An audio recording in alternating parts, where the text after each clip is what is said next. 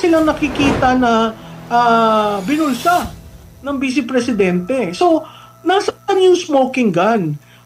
Second charge na to when it comes to both the conditional threat at saka itong confidential fund. Maanghang ang mga binitawang salaysay ng kilalang political analyst na si Professor Malu Tiquia laban sa prosecution team ni Jinky Luistro dahil di umano hanggang ngayon ay wala pa rin silang natumbok na kasalanan ni Vice President Sara Duterte sa impeachment trial nito sa Senado.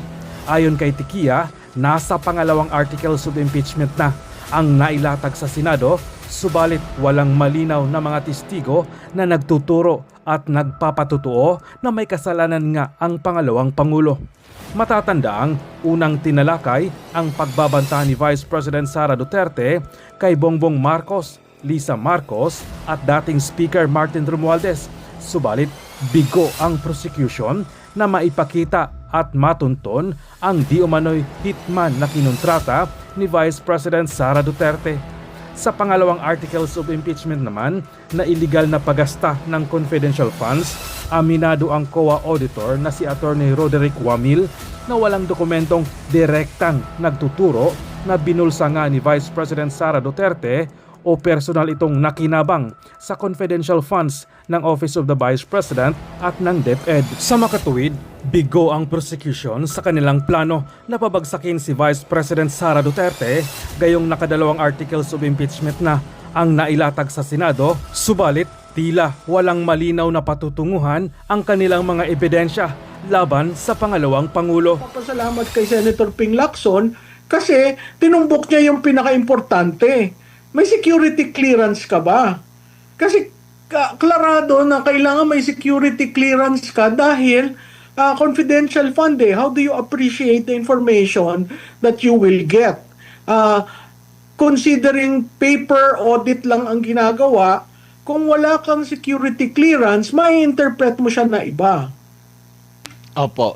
Dito muna tayo sa pagtatanong naman. Kasi ang punan ng iba, masyadong hype itong si Attorney Kapunan. Well, matagal na siyang naging personality compare kay Attorney Powa. Kinumpara siya kay Attorney Powa na sinasabing mabait masyado si Attorney Powa. Kasi kung pagbabatayin natin yung mga abogado ng depensa, ng prosecution, nakikita natin yung kanilang mga personalidad po. Prof, no? Yung sa mga una.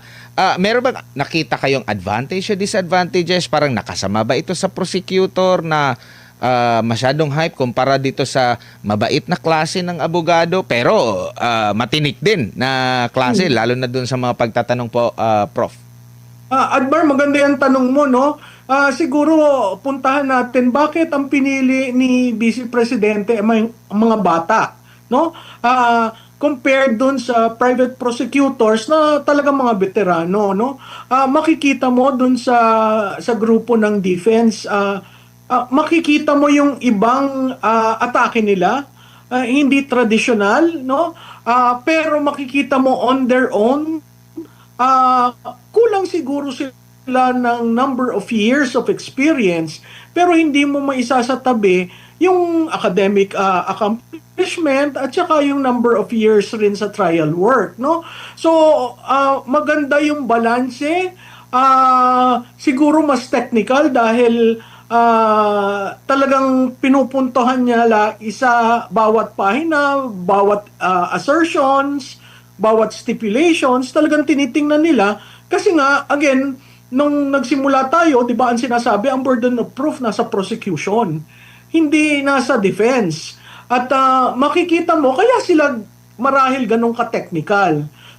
Maganda na rin yung ginawa na pagpapaliwanag after every trial date para maintindihan ng taong bayan. Yun nga lang, masyado pa rin technical.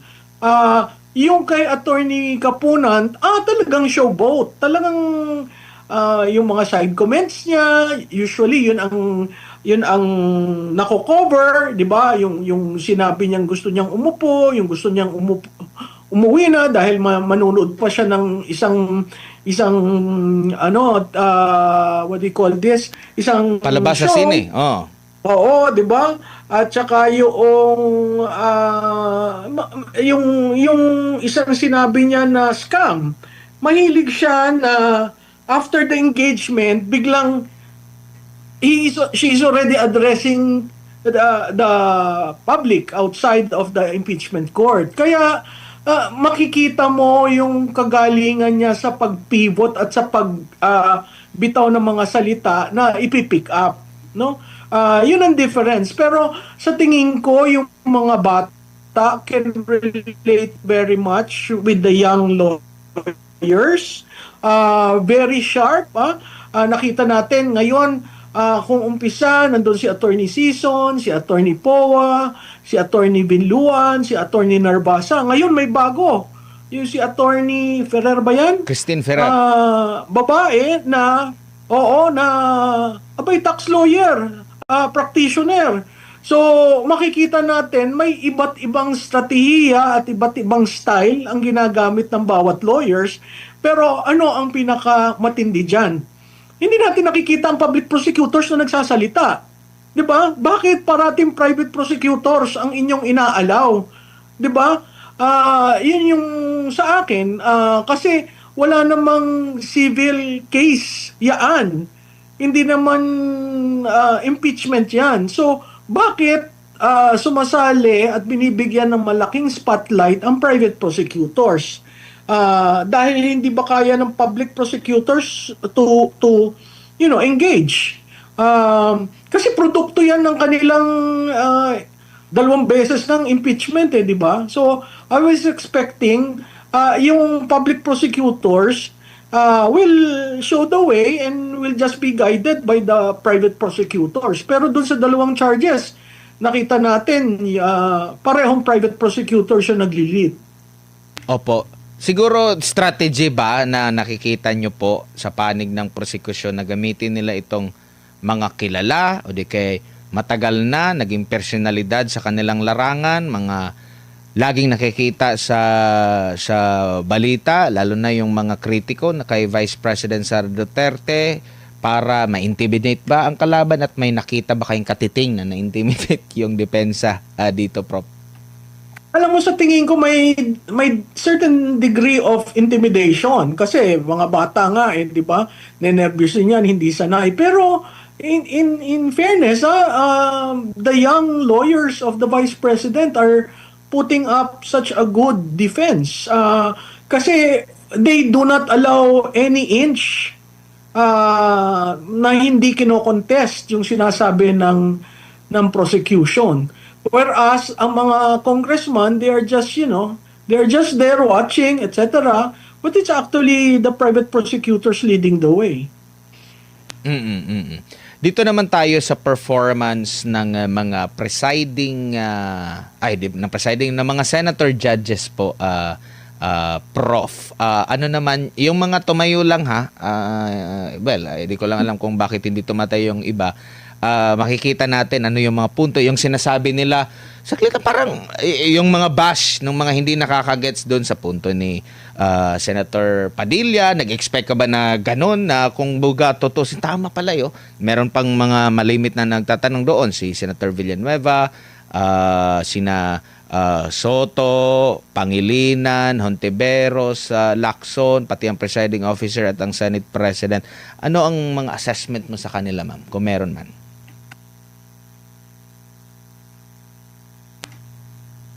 Prof? Klarado. Sige po. Klarado na may linyahan. Hello? Go ahead po, Prof. Medyo na ano lang yating. Klarado. Naririnig niyo ako? Go ahead po. Malina na po. Klarado na may linyahan na. Kung titingnan mo yung pagtatanong ni Senator Hontiveros, Senator Kiko Pangilinan, Senator Bam Aquino, klarado yung linyahan versus si Senator Padilla, si Senator Marcos, di ba? To a certain degree, si Senator Loren Legarda, at kahit yung presiding officer. Doon sa presiding officer, katulad ng sinabi ko sa inyo, mahalaga ang lawyer kasi makikita mo yung jurisprudence sa ruling niya. Lumabas yan dito kay, ano ang pangalan ng COA? Wamil. Wamil? Opo, Attorney Wamil. Roderick Wamil. Ano? Oo. Oo, yung si attorney, oo, si Attorney Wamil, 'di ba siya yung huling nagtanong? At site ng Article 81 ba noong joint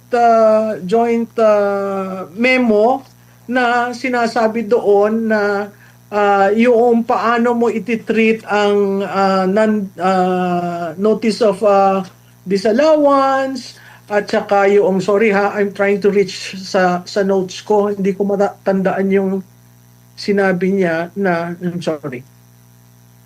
There, 8.3 ng Joint Memo Circular, tungkol dun sa AOM, tungkol sa Notice of Suspension, Notice of Disallowance, makikita mo sunod na tinanong ni presiding officer at talagang interpretation lang niya. In fact sinite pa yung natatandaan niyo yung jurisprudence ng 1 versus 1, no? So klarado na on the ball naman si presiding officer. Yun nga lang, sometimes may tendency siya to be lenient, not to call, not to make a ruling na out of order.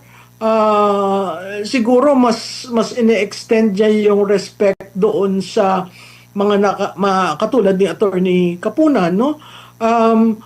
Doon sa pagtatanong naman, makikita mo si Senator Marcos pointed ang tanong niya. Si Senator, hindi ko maintindihan bakit gano'n na lamang ang asar ng iba kay Senator Padilla when in fact in 2 instances, talagang spot on.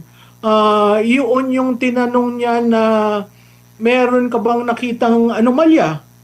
Di ba? Yes or no lang yung tanong niya. Tapos umupo na. Maganda rin yung ginawa niya sa paglalapat ng mga impormasyon ng paggastos sa confidential fund at saka yung certain dates ng CPP, NPA, NDF, no? So makikita mo iba ang takbo ng isip ng isang Robin Padilla, ng isang Amy Marcos, and for that matter yung si Pangilinan, Hontiveros, and Aquino. So, yung iba hindi pa natin nakikita kung saan sila pumapanig, pero nagulat ako dun sa tinanong ni Senator J.V. Estrada na point blank rin tinanong niya, meron ka bang nakita na kahit isang kusing na kumita ang Vice Presidente? So pointed, despite all the interpretation by Attorney Wamil, yun lang naman ang tatanungin mo, kumita ba siya? Nang bulsa ba siya? Nawala ba ang pera? Ang lumalabas dun sa testimony, kulang ng mga dokumento, kaya nagkakaroon sila ng notice of suspension, notice of disallowance, pero hindi naman final yon. Kaya nga, mali yung sinabi ni Attorney Wamil na may prima facie evidence. Still, it is not a final thing because the final will be coming from the Supreme Court once the Vice President elevates the ruling of COA. And dito sa mga ano na ito, doon sa maraming na question doon sa grave threat. Dito na naman sa Article 1, anong ina-expect nyo naman po sa same na taga-COA rin, COA ICFAO, na magte-testimonya na unsiya siya kahapon sa Lunes, possible po, Prof, magiging same pa rin ba yung mangyayari dyan? May bigat pa ba? Consider na ito yung nangyari? Alam mo, tama dun si Attorney Ferrer eh. Kasi yung evidence na present nung second witness is not from congressional hearing by the Committee on Justice and the committee, yung Quadcom. Kasi pati transcript eh, di ba? So, paano magkokomentaryo ang isang tao na hindi natin second witness is I think resource person ng committee. 'di ba? So, ano yung ang kaya lang niyang pag-usapan ay yung from the time na nawala si Attorney Wamil dahil nailipat na to the present time na kanyang tinitingnan yung submission ng Office of the Vice President and the DepEd. Admar, maganda rin yung sa DepEd, no? Siguro pupunahin ko yan kasi makikita dun sa DepEd na paggastos, talagang ginastos para protektahan ng mga estudyante. Ngayon, kung ang iyong eskwelahan, kung saan ang anak mo nag-aaral ay hotbed ng recruitment, whether that is recruitment for the left, recruitment to sell drugs, recruitment for sex trafficking, harassment, terrorism, di ba? Gusto niya maging protektado ang mga eskwelahan. Kasi kung titingnan natin yan, basic and secondary education yung hawak ng DepEd. Hindi ba mahalaga yung paggamit niya ng congressional, ng CF, confidential fund, para protektahan ng mga estudyante? Dapat ikatuwa ng mga parents yan. At maganda rin yung sinagot na wala silang nakikita na binulsa ng Vice Presidente. So, nasaan yung smoking gun? Second charge na to, wala tayong makitang smoking gun when it comes to both the conditional threat at saka itong confidential fund. Yan ay sa prosecution lamang, no? Hihintayin natin yung defense pag natapos ang prosecution doon sa dalawa pang charges bago mag-offer ng evidence at witness ang defense. So doon natin makikita yung kabuuan. Siguro i-hold muna natin ang ating judgment, pero critical doon, walang smoking gun.